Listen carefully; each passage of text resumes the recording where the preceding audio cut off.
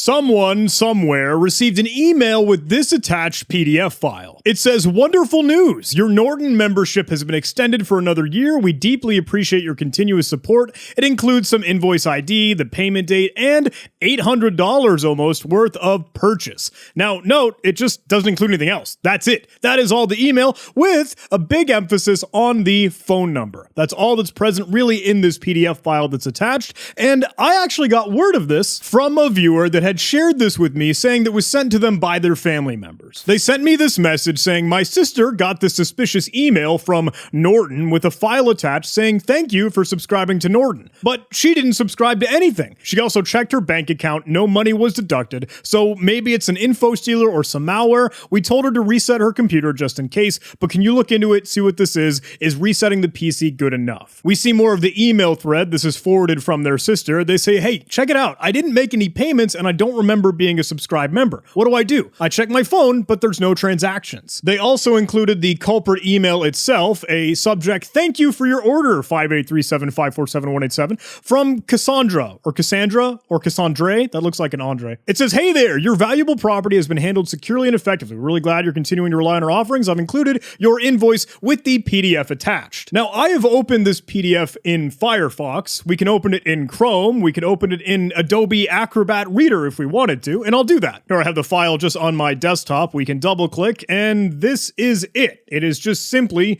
this Norton LifeLock invoice text with nothing other than the phone number. So if it's not already clear to you, look, this is just a scam. They're trying to entice the victim, the target, the one who received this email, to call this phone number, trying to refute or dispute, hey, the subscription and payment of $800 or so. From there, it goes into the usual support scam, and that, hey, that person on the phone will try to connect to your computer with TeamViewer or AnyDesk or Screen Connect, whatever. And from there, the scammer could do real damage because they'll have access to your computer, any of the technology that's accessible through that, maybe your bank, and could then potentially take real money, $800 worth. But right now, as this person and their sister noted, there were no transactions, there is no current threat, no subscription that's real, and just by receiving this email or receiving the PDF does not put you in any risk or danger. So I try to respond back in the email, let them know, look, if you don't call the number, if you don't play the game, then you won't be scammed or nothing will happen. But it does beg the question, and I know a lot of folks might wonder, what about the PDF file? Can a PDF file be malware? Now, with everything that we've just discussed kind of as our backdrop, I will go out on a limb and I would say, no, a PDF can't be malware. But actually, kind of, with a little bit of nuance there, maybe you could have a malicious PDF file, but what it could do really varies, and it ultimately, I think in today's day and age, relies on user input. It still relies on fooling the victim and that social engineering, deception, and scam. Now, I know maybe not everyone will agree with that, so I'm super curious for your thoughts. I'd like your opinion, and please let me know in the comments. Can a PDF be malware? Is it just a malicious PDF? Is there a distinction or a difference? Where do we draw the line? But what is all the nuance in the mix here? So let me show you this article. Look, this is from McAfee, and this is very, very recent. Here, you can see the date, March 1st, so trying to stay current. But look, McAfee has recently observed a significant surge in the distribution of prominent malware through PDF files. Malware is not solely sourced from dubious websites or downloads. Certain instances of malware may reside within apparently harmless emails, particularly within the PDF file attachments accompanied with them. Now, I think there is a little bit of a distinction there because it is not the PDF itself that is malware, but it's the vector to give malware. So, I don't know, we can talk about this a little bit more, but when they discuss the infection chain, it goes down into two different roads. One, the PDF file is able to be rendered, opened, and examined inside of an old PDF reader, or an application, the program like Acrobat, that actually displays that PDF file. I think that is super duper pertinent because if it really is relying on vulnerabilities of the software that renders the file, is it the file itself that is malware, or is it just exploiting and taking advantage of a vulnerability from the software that's used to read it? I'd go so far as to say that method only relies on old and unpatched software used to open the file. However, another alternative route when the PDF attachment might be able to open a malicious website. Given whatever prompt, it'll download a file and then execute whatever actual malware it wants to run. It's part of the stager. I don't mean to drill down too far into this because they get into a real sample and showcase all the interesting stuff, but they note here a booking.com PDF with the random numbers at the end here actually pops up a little JavaScript notice. Hey, this is incompatible with your version of the software. And that is just simple client-side JavaScript, right? Hey, not using any exploit, just kind of popping up a little alert message. But then if you click it through, it'll download from another URL. Again, client-side code, just smuggling that through that you would have had to have granted permission. You can see that here. It tries a little pop-up trying to connect to an external site, and then you have to click allow and let that go through. Now, of course, this relies on the social engineering, the deception and scam, but I would put the asterisk there and say that is social engineering and not the malware on its own. They drill down into this. You can see Bitly hosting that endpoint for actual booking.com that will stage some other code to run, ultimately drop in PowerShell and JScript, lots of nonsense, blah, blah, blah. I'll link this article in the description below if you're interested. But here is my pitch. If you receive an email and that email looks weird, it looks scammy, it looks like something that is a hoax, and it includes a PDF file, look, there's no danger unless you open the PDF file. And then in that case, if it's just a number, hey, it's a phone number, that's a tech support call scam. Or if it fires off JavaScript to run client-side code, then, hey, don't click those allow and okay buttons. Don't interact with it. Unless you're using a super duper old, outdated, and unpatched and vulnerable version of a PDF reader, then honestly, if you just don't interact with the PDF file, you're okay. You're golden. Now, again, let me add the disclaimer. I know not everyone will agree with this, and please let me know your thoughts in the comments below. But what I would like to do is sort of a demo and test of this thing. Let's try to open up a bunch of different malicious PDFs or different malware PDF files, if we could call it that, again, up to our discretion here, and let's see what they will do. But before we dive into that show and tell, if I may, please, look, I try to get out as much free education and cybersecurity content as I can for you, without any charge to you. I'm not charging you a penny or a dime, but the way that we could do that is thanks to some sponsorship. So if I may, please, I'd love to tell you about Cybersecurity. I gotta be honest, I look for the most secure solutions on the market. Every organization, even my own, needs to secure passwords, credentials, secrets, and connections, all to reduce the risk of cyber attacks. And Cybersecurity offers a privileged access management solution to deliver enterprise-grade protection all in one unified platform. Their PAM solution enables your business to have complete visibility, security, control, and reporting across every user on every device. So even a small IT team can manage and protect their environment. Keeper integrates with infrastructure and identity access management stacks and works out of the box with your other technologies for password rotation, passwordless authentication, SIEM, CI/CD, and so much more. It fits right into your organization without the hassle of deployment and maintenance. Keeper PAM is purpose-built to protect perimeterless and multi-cloud environments with the features and functionality that your organization needs. I've seen Keeper personally at tons of different cybersecurity events, and I've gotten a chance to chat with their partners. Seriously, it is always high praise and proven success with their platform. With over 275,000 five-star ratings in app stores, users rave about Keeper. With Keeper, you can keep your users, your data, and your environment secure. Learn more today and sign up for a demo with my link below in the video description, jh.live/Keeper. Huge thanks to Keeper for sponsoring this video. All right, so for some show and tell, let me go ahead and Google malicious PDF files on GitHub. Are there any repositories or code that allow me acting as the adversary, putting my hacker hat on, to generate and create PDF malware, quote unquote, or malicious PDFs? Here is one available, malicious PDF. It looks like we could generate 10 different malicious PDF files with phone home functionality. Could be used with Burt Collaborator or just some HTTP thing to catch the result. And all this is a simple Python script, and it'll spit out a bunch of PDFs. So let's try it out. I will open up a command prompt, and I'm going to move into the Git directory where I have stored a couple of these PDF payload generators that I want us to work with. So let's go look into that malicious PDF one. All this is that Python 3 thing that we'd like to execute. So I think it's Pi in Windows. Can I just run this? Oh, but it will need a phone home URL. So it needs something to catch requests, if it makes any. So let me go spin that up. So now I've got Kali Linux open up on the left-hand side. I'll move into the temp directory, make just a simple place for me to host a little HTTP server. Now, I will use updog to do this because that way I can specify the port to be 443, and I'll use SSL just so I have, hey, a certificate, and that will note, look, it's normal or a valid website over on the internet in most cases. Let's see if that will work for us. Okay, looking good. So my IP address that I might want to harken back to in this test PDF file that we could generate, let me try to supply that as that HTTPS URL. Now we'll generate a boatload of test PDF files, and here I'll move my face out of the way so you can actually see them. If I were to go ahead and open up Explorer, let's try to see if we could open each of these either in Firefox or Chrome or Acrobat Reader and see what they do. Now I would think that opening this with a web browser is usually just fine. If I always open PDF files with Firefox, hey, nothing firing off of this test1.pdf. If I open up the others, nothing heard.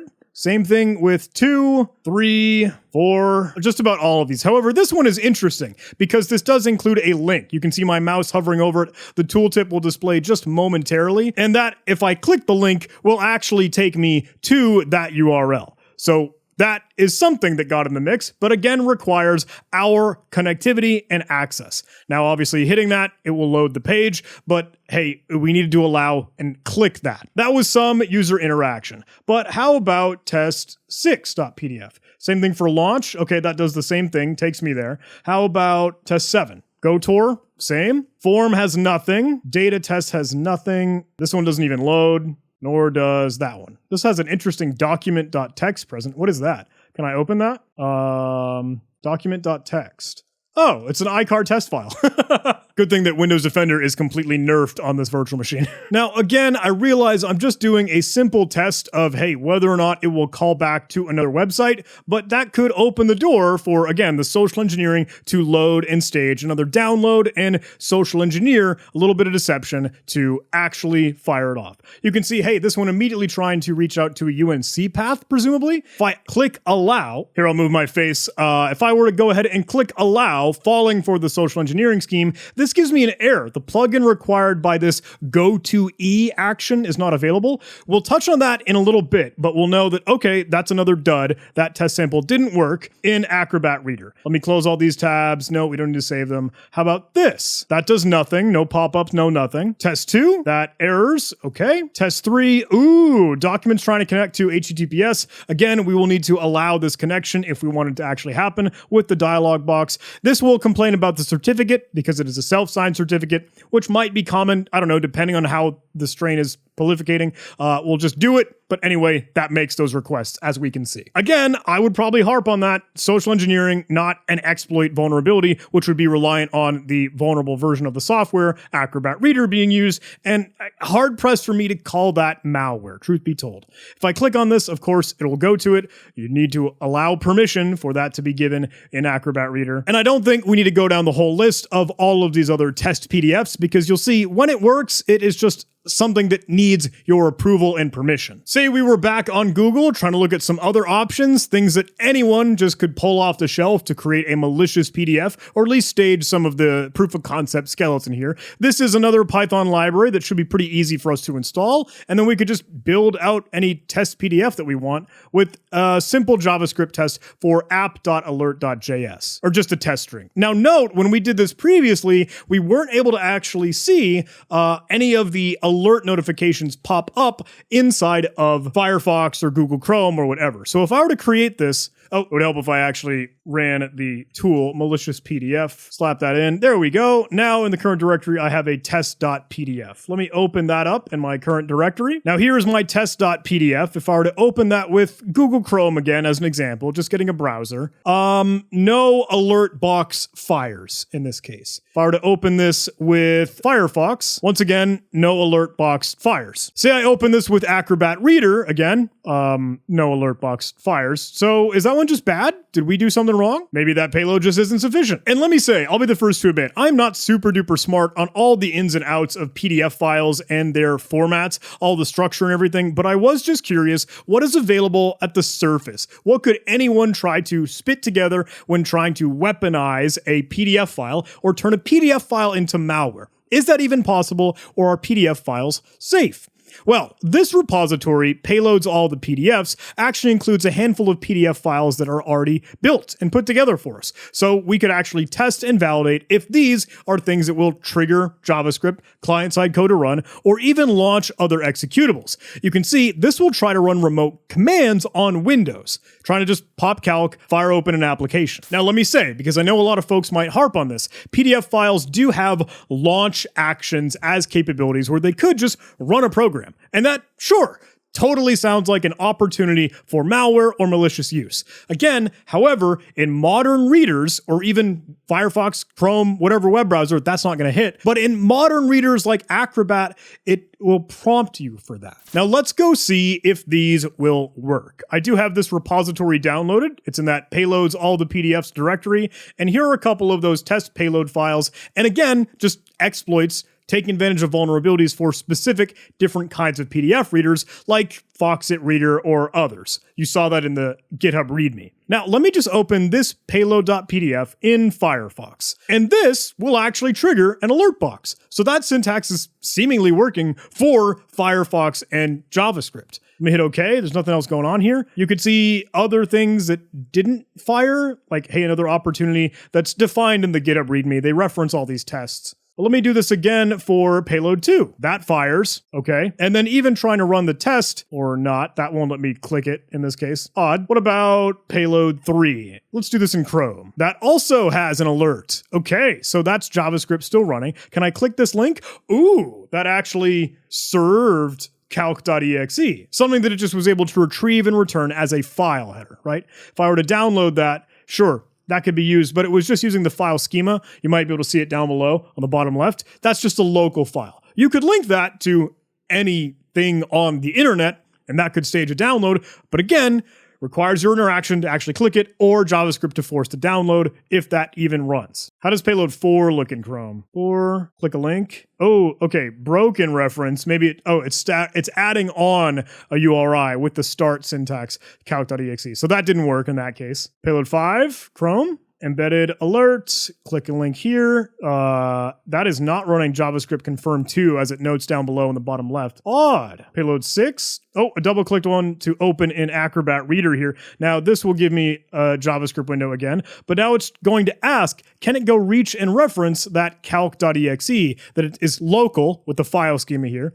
And if we were to allow this, given that prompt, it'll die on something else. Okay. I could go back and look at a couple of the others in Acrobat Reader, but again, it's all the same as we have already demoed, and nothing that I think is groundbreaking here. Alert window, download, that's broken. That's the broken one. Looking at payload 3 one more time. We'll open that in Acrobat. If I click that link, it will now actually try to get calc.exe, but it won't execute it. It's just returning the content. So that's not something that is a part of displaying in an Acrobat Reader. It's not going to fire up calc. Like if I open my task manager right now, I don't have the calculator running. If I search for calc, there's nothing there. And don't forget, even JavaScript running in your web browser or on the client side is not the same as it triggering JScript and Microsoft's execution invoke interpreter script runtime for native code to run on your operating system. Okay, I have one last thing to show you, and then I'll shut up and stop rambling. There is an article from a well-known security researcher and folks, Decalage, or I don't know how to say the name, I'm sorry, but he has an article that is a little bit old. old, granted. This is about 2017 since the latest update. So maybe a decade almost, just about. But anyway, weaponized PDF, the payload delivery format is a joke here, is something that is worth discussing. Because look, it talks about some of the things that could be done with PDF files. But it discusses that, hey, the Adobe Acrobat Reader is one that could create and edit PDF files. That's probably the most common, but there are a whole lot of issues with other potential readers like Foxit or Preview, and those might be subject to their own vulnerabilities. I think in today's day and age, in the modern world that we live in, those are patched up to a certain extent. But we note it could run JavaScript. Adobe Reader, and possibly others, contains a JavaScript engine like the ones used by web browsers, Firefox and Chrome, Edge, whatever, and that could do some silly pop-ups or send emails or make HTTP requests like a drive-by download sort of thing. And sometimes, if vulnerability has been hit, that is how they might be able to exploit that and do it. Again, I'm curious on your thoughts. Does that make a PDF file malware, or does that make it a malicious PDF? While I'm understanding and acknowledge, hey, mal is the root of both of those words.